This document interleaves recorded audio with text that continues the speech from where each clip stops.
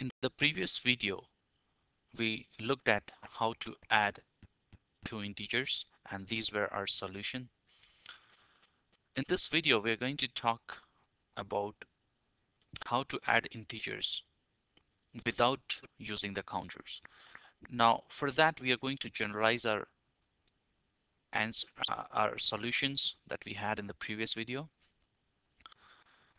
So first thing that we notice here is that, the question number 1 and 2, we are actually subtracting the integers even though the question says add. And in third and fourth, we are adding the integers. So it's kind of wrong to say that we are actually adding, because in some cases we are subtracting and in some cases we are adding. So instead of calling the example as adding integers, let's call this as combining integers. Now, let's look at our question types. If we look at question number 1 and 2, we find that we have integers with the opposite signs. And in question number 3 and 4, we see that we have integers with the same signs. So we have basically two different type of questions, one with different sign and one with the same signs of the integers.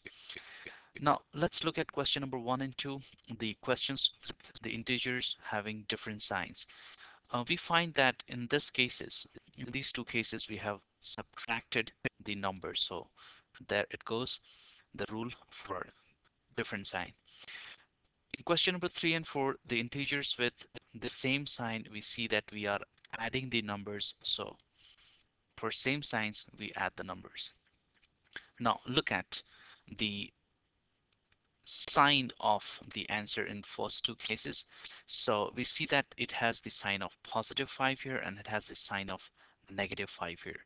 This is basically, if we look at the absolute value of the numbers, for -3 it's 3 and +5 it's 5.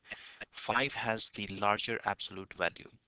In this case, the +3 has absolute value 3 and -5 has absolute value 5. Again, 5 has the larger absolute value. And if we connect this information with the answer we have, we see that the answer gets the sign of the number with the larger absolute value. So here it goes. When we have different sign, we subtract and keep the sign of the number with the larger absolute value.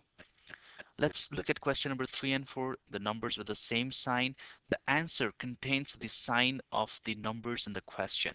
So we see that we just keep the sign of the numbers that we have when we have the numbers with the same sign.